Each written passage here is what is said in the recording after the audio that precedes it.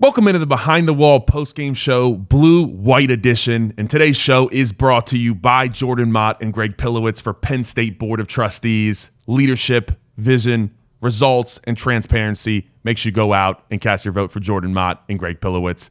Guys, today I am joined by the host of the obligatory pregame show over on the For the Blog YouTube channel, Mr. Chris Buchignani. Chris, how are we doing today? Pleasure, man. I'm ready for a riveting conversation about blue-white, practice, scrimmage, fake game, whatever. I know. Really impactful learning that's going to carry forward into this fall. Yeah, I don't even know. You can't even really call it a blue-white game. It was more blue-white practice scrimmage, as you said. Correct. Like not even close to a game. It was so I game brought part at least is dead. Yeah, the game's dead, and I think we'll talk about it in a second here. But I think the whole game itself, the idea of a spring game, might be dead itself. We brought in Booch here because, as you can see, I'm pretty red. Shoulders are burnt to a crisp right now. I was down in Florida this past weekend with a bunch of Penn State lettermen, Keith Goon-Conlin, Kajana Carter, O.J. McDuffie, a lot of cool guys down on Sanibel Island. It was this charity called Champions for Children. We work with children who've lost a family member. It was really powerful stuff. Got to do some really cool things. Got to party with Big Keith Goon-Conlin, which I'll tell you what, Booch. And here you are, man. I'm still alive, yeah. which is surprising because that's an accomplishment. We stayed in the same kind of hotel area, shared a bathroom, which could get pretty scary, and then had Goon drink me under the table. So it was a good weekend, and definitely had a good time. I was tuned in. By the way, I've been there. There's no shame in that. Yeah, there's no shame. No one's even as an ex-offensive lineman, there's no shame. I don't think. Yeah, Goon's been doing this for a long time, man. He's been doing it since I was a twinkle in my dad's eye, man. I didn't have an opportunity. It was he kind of shamed me a little bit for going back to the room at like 10 p.m. some nights, and I heard him stumble in, and I'm like, oh, hey there, Goon. I'm like, all right, good to see you, man. Go to bed. All right. So I was out on the golf course on Saturday. I listened along to some Jack Ham and Steve Jones, but I think Booch, we got a little bit of our being our eye in the sky here. Booch, first non-televised blue-white game in probably since they started televising them, is my guess. Do you remember when that kind of? I mean, you've probably been at all the games, but do you remember when they kind of started televising them? Was that like... Well, so once the Big Ten Network came along and there was a lot more TV inventory for that kind of thing, it became more commonplace. I think ESPN carried it a few years. It's not like it's been on TV every single year. It was not a huge deal, I don't think, for it not to be on television. I remember a few years ago it also wasn't. But as you and I have discussed, and I talked about on Obligatory plenty of times, all coaches are just paranoid lunatics. So nobody was more thrilled than James Franklin that there was not a television viewing audience for that, whatever it was. Yeah, rightfully so, because I probably would have been breaking down every single play on here, and no, that wouldn't. That's good. No, I think it's all right. I don't think it needs to be televised, and at the end of the day, I think it makes it so the coaches might have play a little more loose. I mean, they might throw in that double end around screen pass, something like that. You never know, but the game was obviously not really a game, as we said. There was no halftime. They did pass skelly, which is just the DBs and wide receivers getting thrown to, thud periods. So Nick Singleton's breaking off a 60-yard run, but was it really a 60-yard run type of thing? They kept announcing over the PA during the first half, attention, in the second half, there will be live tackling. Stick around for live tackling. Like dude, we're there. You got us. Like, promising a small amount of violence is probably not going to keep very many people in the stadium, but they tried, to their credit. Well, so what was the attendance like? Would you say it was probably the more on the least attended side in recent years? Yeah. So here's the problem: they couldn't use half the stadium.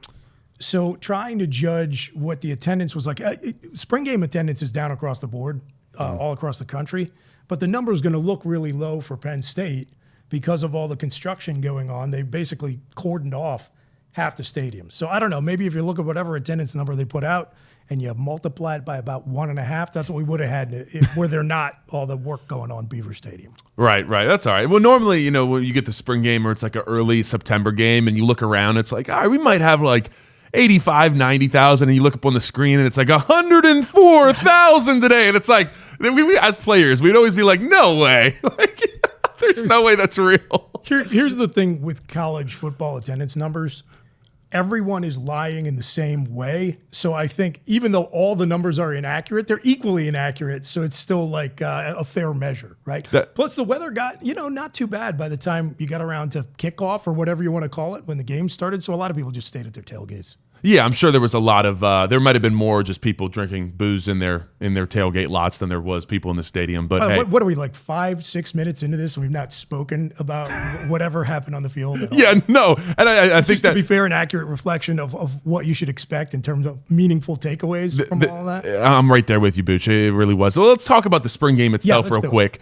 There was an autograph signing beforehand. They had the football, which was already kind of tells you how much of, I don't want to call it a joke, but if you have guys doing an autograph signing beforehand, they're not exactly mentally there. It's not like they're going to war there in a second. They even had the volleyball players, national champs, shout out them, did a great job this year.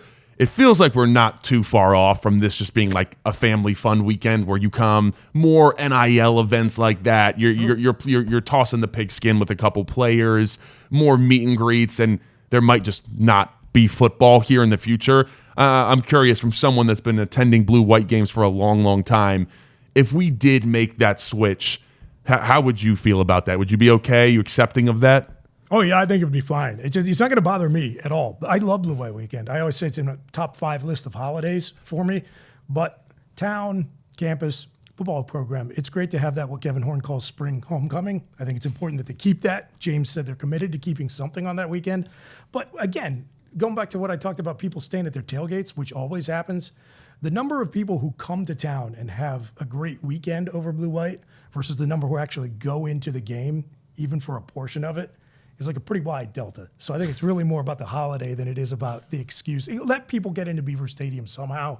It's nice to just go back there and like have the experience a little bit to remind you what's coming up. But yeah, if they want to take the action, quote unquote, off the field, I think that's just fine. Yeah, I don't think very many people would be missing it. And like you said, maybe even, I think people, I mean, I'm not going to say be a bigger draw, but I think the idea of, number one, get some more money. Obviously, the athletic program, they're about to get, $20.5 million sucked away from them. So, hey, opportunity to fundraise a little bit more money. You sell tickets in a different way. And the one thing I will say, so Brandon Noble pointed this out on Obligatory, talking about blue-white. The one thing that does get taken away, which I think is unfortunate, is that for a lot of the depth guys and the walk-ons, for a lot of them, that's really their only chance to play in Beaver Stadium in front of a big crowd. So it's not a big deal, but it stinks to see that going away. There's a lot of great things that were part of college football will be over the next few years. That is a good point. And also freshmen that might play in the fall, and that's kind of a good opportunity to get in there and kind of look around and say, wow, like this is what it's like, it's so right? To be in there with a lot of human beings looking at you, for sure. It definitely changed it around. But Booch, let's talk some actual football here. Yeah, let's do it. Let's do it. So let's dive into what I think is the most interesting from this. One of the most interesting takeaways: the battle for QB2. Mm-hmm. And I think which is really the battle for QB1 in 2026. Drew Aller will be leaving us after this year. It felt like many already crowned Ethan Grunkmeyer the successor to Drew Aller. Yep. And, Jackson Smolik was pretty much written off after. Didn't get much playing time. You see the knee injury, about a little over a year ago. Yep. And I think 99% of the population, even myself, I love Jackson, but was like, okay, well, transfer portal, here he comes, or just, but he says not so fast. We hear whispers he's turning heads in the last football building this winter, this spring. Then he comes out, has a long touchdown pass to Lyric Samuel. What did you see from the quarterbacks on Saturday, but especially Smolik and Grunkmeyer, and kind of how that battle's shaping up right now? Yeah, well, here's the thing with Smolik. Out of sight, out of mind. That's why people weren't talking about him, because he was injured and people weren't thinking. The last time Jackson Smolik was relevant in the conversation in the quarterback room, kind of coming to the end of the Sean Clifford era, people were already excited about Drew Aller. Bo Pribula's in the mix. So, the freshman kid from Iowa, who the staff kind of fell in love with and decided to make an offer to, he was an afterthought. But you talk about James does not casually name drop guys in press conferences ever. If you go back to before Smolik had the injury, Franklin was going out of his way to mention that they were really impressed with where he was at based on arriving on campus and just kind of what they were seeing from him as a very young guy who might project into the future. So it doesn't shock me now to hear that he's fully healthy. He's in there and he's really battling. I think one of the things people talked about with Smolik is that he's not Bo Pribula, but he might be a little bit more mobile and a little bit more apt to tuck the ball and run than we'll see from Grunkemeyer. And you did see that a little bit in the game. So, yeah, I think it's going to continue to be a battle between either one of those guys, both of whom I thought looked noticeably less comfortable operating the offense than Drew Aller, which is good. You hope that. You want it that way. But you remember, I mean, without Bo Pribula coming off the bench and doing what he does at Wisconsin, last year isn't last year. And I do wonder about the fact that the staff did not seem to make much of a push to try to find some sort of a veteran backup option in the transfer portal. Now, one part of it is you talk about these two kind of getting ready to battle for QB1 next year. Penn State is the only team in the conference, one of the only teams, maybe the only team in major Power 4 football that hasn't brought in one single quarterback from the transfer portal. That's a really interesting point there. Last year, we were the only team with a returning starter in the Big Ten who had recruited our presumptive starting quarterback out of high school. So that's just not what we've done at the position, right? So is it just a philosophical thing with James and his staff that they don't want to recruit portal QBs? Or do they feel like they saw enough from the two of them that they feel that, especially by the time we get through the first few games of the season, you think both of those guys could have an opportunity to play throughout the non-conference and then get a bye week before you even start thinking about conference play, that they say, hey, okay, we're okay rolling into October with whoever wins that quarterback battle in the summer as the number 2. Yeah, and I think it'll even go into September too. I mean, Coach Franklin said in the presser after Blue White that they're both going to get reps in those. When we played Nevada and we're kicking the crap out of them in Beaver Stadium. See, man, James has a notoriously long hook with his starting quarterback in those games. Like and we say it every year. Oh, I think we're going to see a lot of Bo Pribula, and then the dude hands off like 3 times at the end of the fourth quarter. It's like, James, for God's sake, if we can't beat Nevada, FIU, Villanova without our starting quarterback, we got bigger problems. So let the kids play. Yeah, I'm with you there, and I think it felt like forever we were begging to see Ethan Grunkemeyer last year, and it took so long. You're right; it seemed like he did not want to put him out there, but and then we ended up going into the playoffs with him as the number 2 guy. I know it was kind of a little bit scary, but thankfully we didn't need to pull him out at all. How much did you wish that guy maybe got a few more reps against Kent State in that situation? Yeah, maybe throw him in and not, but at the time that was the piece of, trying to keep Bo happy and get him. And I think a piece of that too was at the end of the season, he wanted to be able to go to Bo and say, hey, we got you X amount. And he wanted that percent to say it'd be as high as possible to try to keep him around. Obviously, we know what happened. But yeah, I think it's going to be a good battle. But the one thing I will say about Smolik, let's just say he does become the starting quarterback. That's someone that I would be proud to be our starting quarterback in 26. Someone that battled some hard adversity, didn't look for that portal help. Because a lot of guys, when it goes bad, it's just like, portal, let me just, hop in the portal and I'll be out of here. I don't know, that's the type of leader that I would want, Booch. I don't know about you, but I also want to believe that we can still kind of trace McSorley things in 2025, that you can go out and you can scout quarterback talent instead of just grabbing the sexiest option on the, recruiting market every single year. Smolik was a guy who had to play himself into notoriety, and if he does end up winning the quarterback job to back up Drew Aller, I think that's a feather in the cap of James and his staff and just kind of identifying and developing him. Yeah, I think you're right, though. I highly doubt we will dip into the portal. James obviously is not the biggest fan of the portal. He's made that known, and I don't really think he would want a quarterback that he doesn't necessarily know very well. I don't think we will see us go that 4th-year, 5th-year quarterback route in 26. I could definitely see it being one of these two guys, and we will get a good look in those first couple weeks. Booch, I want to switch over real quick. Let's talk about the guys that they are throwing to. Probably the biggest topic of the offseason that the Penn State fans have obsessed over to a high level. An overhauled wide receiver room. We lost Amari Evans and Trey Wallace to the portal. Bring in Ross, Hudson. We got some young freshmen. Is there anybody that kind of just stood out? What are some things that you noticed from Saturday? Again, with the caveat we got to keep making. Please, we are not trying to foist snake oil on you good folks here, okay? We are not trying to claim that this is some kind of meaningful takeaway that you should apply to what you think about the 2025 Nittany Lions. But you take what you can get. Yes, sir. You're like you said, you're running 6-play sequences, you're running thud. They continually switched up the personnel groupings, and I will talk about that a little bit. I thought, to the extent that you could take anything away from it, that Ross and Hudson they looked apart. They look comfortable out there. Both seem to be developing some chemistry with Drew Aller. And what I thought was interesting, not surprising, was that all three of those true freshmen, especially because another name to watch, I think, come fall is going to be Pete Gonzalez, who's going to be a redshirt freshman. But James talked about in one of his press availabilities, just health-wise, not ready to do anything more than individual work over the spring. So we didn't see Gonzalez in the mix. So with him out, those three true freshmen, who are all very different in terms of what they do well and the way they're built, they all got their opportunities to get out and play with the ones, play different receiver spots on the field. And I thought at various points you saw different things from all three of them, but it's hard to ignore that Lyric Samuel, who did have the touchdown pass. Again, I'm just watching the whole thing live, no replay, but I think it was kind of a broken play because he was wide open when he caught that. But it's hard to ignore that he is built very differently than what we've had at wideout at Penn State, with the exception of Malik Mega going back to like the Juwan Johnson. Oh, that's a throwback there. Irv Charles. I mean, we have not had just like a big, tall receiver who can win battles for passes with his height. And so if any of these guys is going to distinguish themselves, get on the field as a true freshman, the one thing that I thought Samuel very visibly brought to it was just frame-wise, he's different from anything else we have in that room. Yeah, I think that's a good point. And Franklin has made a point to talk about Samuel, that he's put on like 15 pounds, which is a lot for a wide receiver. And that he said it doesn't necessarily look like it, but I promise it is happening. And I know what that goes into that. It's a lot of protein shakes, a lot of doubling up those plates, and a lot of extra workouts with Chuck Losey there getting it in.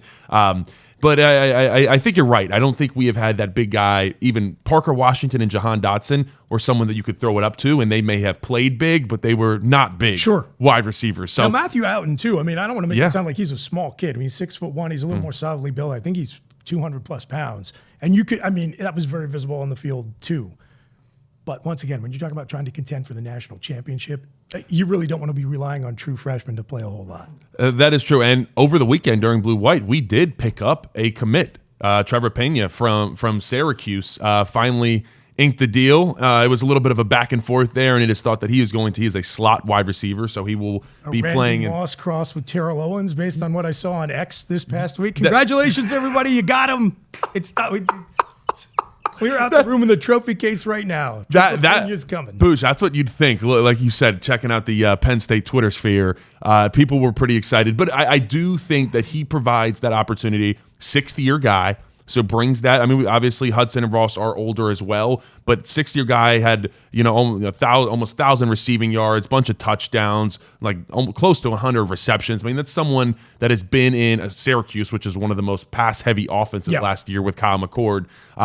He could be that safety blanket for Drew Aller. Now, obviously, they are going to be a little bit behind on building that relationship and that connection, but there's a lot of days over this beautiful state college summer for them to go out, get some passing, get some timing routes down. But I think someone that is going to play in the slot, obviously, probably over Liam Clifford, Caden Saunders, a couple other guys. So there is maybe that possibility we could see someone pop in the portal with the addition of Trevor Pena. But I think nonetheless, that was a big get to kind of solidify that wide receiver group that I think seems like we will be starting our 3 starters at wide receiver all out of the transfer portal, which I think most fans, if you tell them that back the day after the Notre Dame game, I think they're probably happy with that, Boots. No? I mean, look, it felt like an imperative almost, because you have the season that Penn State did, and then the position group performs how they did throughout the season, but especially in the last time you see them, you remember 0 catches in a college football playoff semifinal.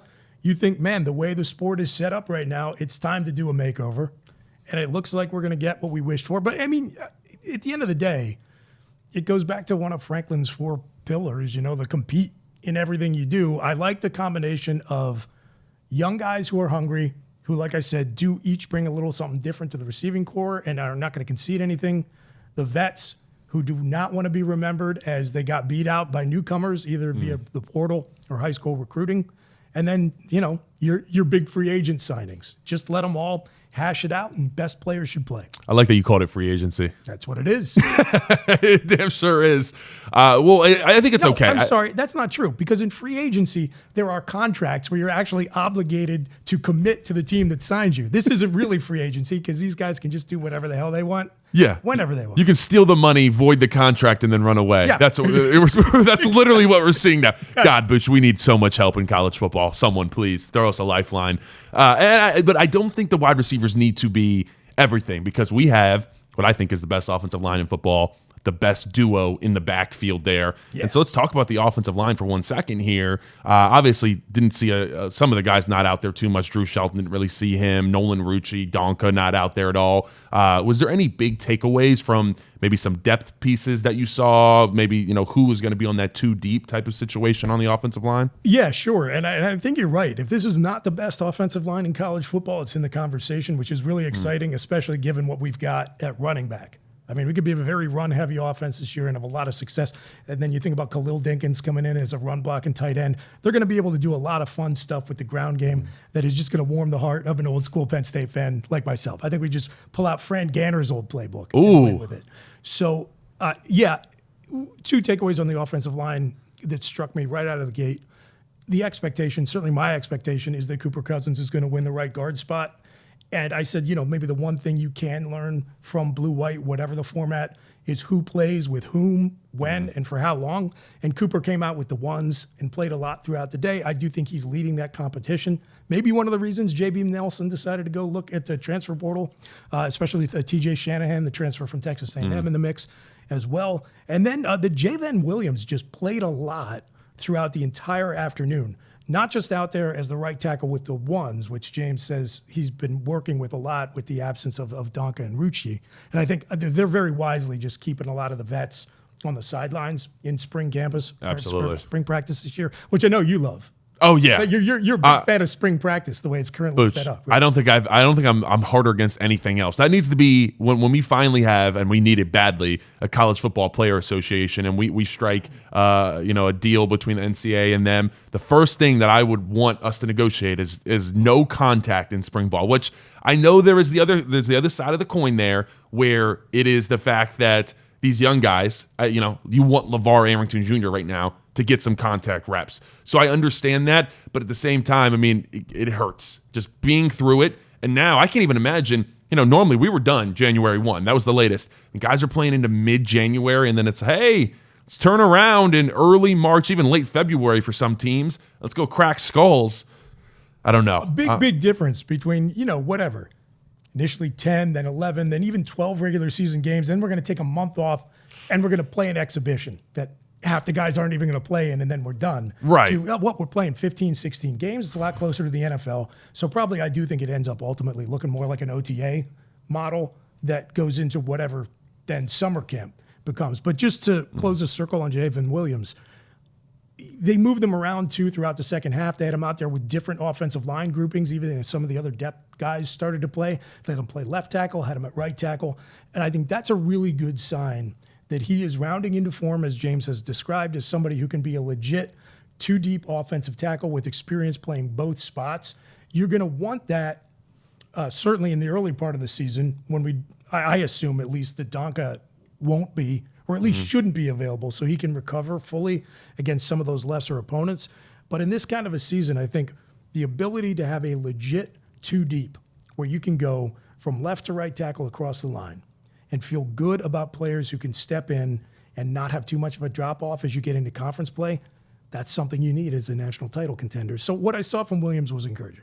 I like to hear that. And as we know, With the caveat, again, that this is all 100% nonsense because it was one practice. Yeah, we were watching Penn State football practice. But look at the national championship game. Notre Dame and Ohio State, I think they both had two guys on their offensive line that started the year week 1 in their positions that were playing in the national championship in their position. So guys get banged up. It happens. You got to have that depth. And I think that's something that Coach Troutwine has built and some. We will be right back after this break to talk a little bit about the Penn State defense.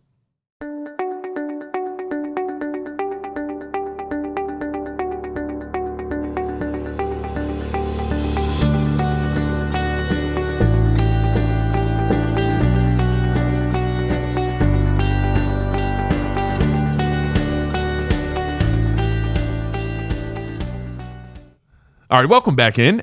We are talking a little bit about the Penn State defense here, and especially Penn State's new, very expensive defensive coordinator, Booch and Jim Knowles.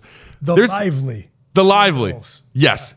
He is very active. And that has been kind of has the best defensive staff in all of college football. And Deion Barnes, who I think is vastly underrated, developed the crap out of Abdul Carter. A lot of people forget that they were begging for Abdul Carter back like week 4, week 5. Like, put him back at linebacker. He's not doing anything. Well, Deion Barnes developed him. He has, elite hands, and we saw why he went number 3 overall to the New York Giants. And then obviously Dan Connor, the guys are incredibly high on him. He's been in there since I got in the building, and we called him the trained assassin, which he's been like that since he played here. But a fantastic coach. And then when we know what we have in Terry Smith and Poindexter, so I don't think it's too much of a problem. I mean, do you have any problem with Franklin calling him a man of few words? It's clear that he kind of, Jim Knowles likes to sit back and kind of just observe. Some people are saying they don't necessarily like it, but I don't know if I really have a problem with that, Booch. No, I don't care at all. Still waters run deep. Yeah. Like, the guy's track record speaks for itself. And to your point, he's got a young, energetic, talented crop of assistants who can get in there and, mix it up with the guys and just execute his plan. We hired that guy for his brain. And so, yeah, I don't need to have him in there, grabbing face masks and screaming at guys. He's got assistants who can do that and do it very well, by the way. Yeah, that is a very good point. And so we saw some things, just kind of saw some videos and photos. We saw a little bit of his DB techniques. He likes a lot of 10-yard off coverage. So we will see those things more and more as we kind of get into the season and we actually get some film. We're continuing to talk about the spring game, like I said, Booch, where it really is difficult to get some real takeaways from there. I have it on my. Yet somehow you and I managed to at least we've squeezed 30 minutes worth of blood out of that stone, man. It's somewhat impressive. I think a good 10 minutes of that was talking about Keith Goon-Conlon just drinking and eating food down in Florida. So there's that piece of it. You and I could do a whole show of Goon drinking stories, and it would probably be a lot more insightful than this, if I'm being honest. If we gathered together 10 to 15 people, we could do a 24, they do a 24-hour stream. We could do a 24-hour stream, and then we could bring Keith on. He could probably drink for 24 hours. But, Booch, I say this, it seemed like the defensive line maybe did all right. It seems like they did all right. I mean, the run game seemed a little quiet, I guess you could say. But no, I mean, because that has been a bit of a question mark. And let's just talk about the defensive line where we sit. Zane Durant, very excited about him. We see denied Dennis Sutton. PFF has him going in the first round next year. But I think then you start to have a little bit of question marks of who is going to pop off at the other defensive end spot. We got Zariah Fisher coming off of obviously an injury. Couple other young guys. Chop Robinson's little cousin drawing a blank on his name. Is that Max Granville? Is this? No. Kind of looks like him, though. I'm not going to lie. No, Mason Robinson. No. I don't know. Still drawing a blank here. This is what might have to edit this. Prep. Might have to edit this one out here. Who's his cousin? 42. No, that's Mason Robinson. Hold on. It's coming to me. This is good stuff. Jalen Harvey. All right, here we go. Let's kind of restart that one. I did not know that's his cousin. Really? No. You didn't know that? No, that bit of trivia escaped me. Yes. So we got Jalen Harvey at defensive end, Chop Robinson's cousin. A lot of these different guys kind of throwing their hat in the ring. And then I think the big question mark for me is Alonzo Ford. When is he going to be healthy? I think in a very similar situation to Anthony Donko, where we don't necessarily need him early on. Let Xavier Gilliam get some reps. Some of these other guys that can handle it. They can handle those kind of slappies that we're playing in early September and even August 30th.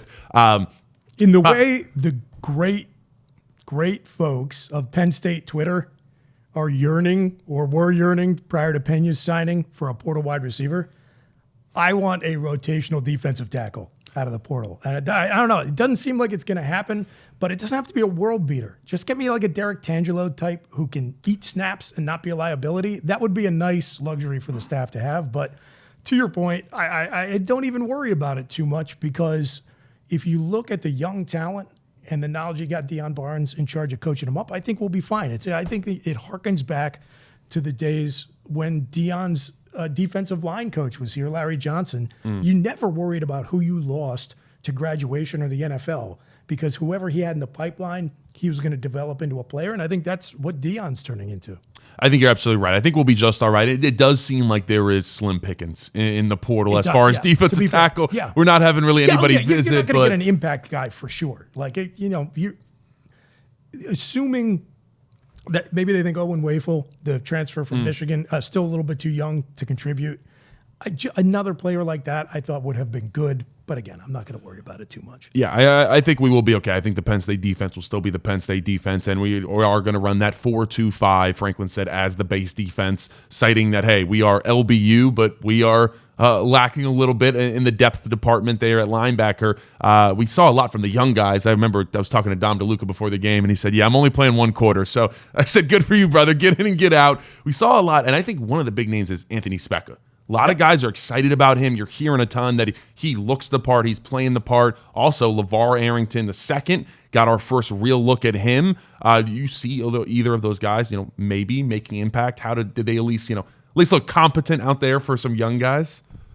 Yeah. The short answer is yes. I thought Specca looked really good, actually, and I'm a big fan, so I'm biased a little bit. But I was also curious to see how Keon Wiley was going to look. His first time really out there moving around since, we've probably not seen him in over 2 years, and even then it was spot duty.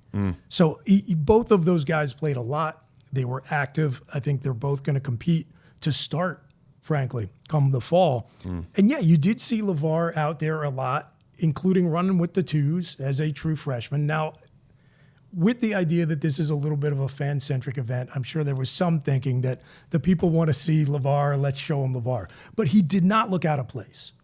I think he's going to have to pick his spots. He's a true freshman, and it's probably better for him to watch and learn and develop. But in terms of where he is right now, not only does he still look, he looks good. He looks the part. I don't know. I was here when his dad was a freshman, and he really had to learn to restrain his instincts a little bit and play within the system a little bit more. And if I had to guess, I think actually son's a little bit further ahead than dad was at that point in his career. So yeah, if he gets a really good summer under his belt and is playing well in practice during that during that month of September, where he'll have a chance to play a little bit in the second halves of games, I wouldn't be surprised if he forces his way onto the field this season. But ideally, I think you want the upperclassmen to be playing well enough that doesn't happen. Yeah, like you said, you got 4 months with Chuck Losey, a long summer, continue to put on more weight, get more comfortable in this new, and I think it's got to be hard as a young cat to come into Jim Knowles' defense getting installed, which sounds like probably one of the more complicated defenses in college football, but seems like he has a good grasp and understanding. And then obviously we know what we have in Dom DeLuca, and we're really looking for Tony Rojas to take that next step and be that superstar. Yeah. He was very good. He was obviously injured. It was certain times I would watch the tape and he was almost tackling with one arm, so he was handicapped. But now it's time for him to be that next step to become the guy on the Penn State defense there. Booch, final thoughts on this thing. And I will ask you, after watching the riveting blue and white game where we just learned so much, confidence in Penn State in 2025 on a 1 to 10 scale, what are you giving us? Well, now I got to remember what I said when I asked you this question. Yeah, I was going to say we did this on the obligatory show. I was at a 9 on that show, and I'm staying at a 9. This is going to be a really good football team. It's got great top-end talent. My calling card is that we've improved the depth, which is what gets you through a long season as a title contender and what separates the men from the boys in terms of the top of the pile in college football. And the schedule does shake out, I think, very favorably, because the places where you're going to need to do the most work, sorting out that pecking order at tight end, figuring out wide receiver, let some of the young guys in your secondary get some experience. You've got a whole month before you play the game that could end up defining your season, and that's going to be at Beaver Stadium against Oregon. Whiteout? 3 easy opponents and a week off. I think so. You're probably hearing the same rumblings that I am, that they are moving heaven and earth behind the scenes to get that one under the lights. Yeah. We'll pivot to that for real quick. Just to talk, Fox has already taken, obviously they're taking Ohio State, Michigan, and they wanted Ohio State, Texas, which is week 1. That's the big game week 1. That only leaves, they get 3 kind of reservations that they get the first 3 picks. They're either going to take Penn State, Oregon, or Penn State, Ohio State. I would expect them to probably take Penn State, Ohio State. So that would leave Penn State, Oregon for someone else. Please give us a nice whiteout with an elite opponent in September. I don't know you could ask for anything better, Booch, but that wraps up everything from this spectacular blue-white post-game show edition. Chris Buchignani, the host of the For the Bloggy obligatory show. Thank you so much for coming on, man. Really appreciate it. Thanks for having me, man. It's always a pleasure. Absolutely. We'll definitely see more from Booch this coming fall, and I will have a couple videos coming out on possible transfers into Penn State to play some linebacker for us. So appreciate you guys tuning in. Until next time, like, comment, subscribe. Peace.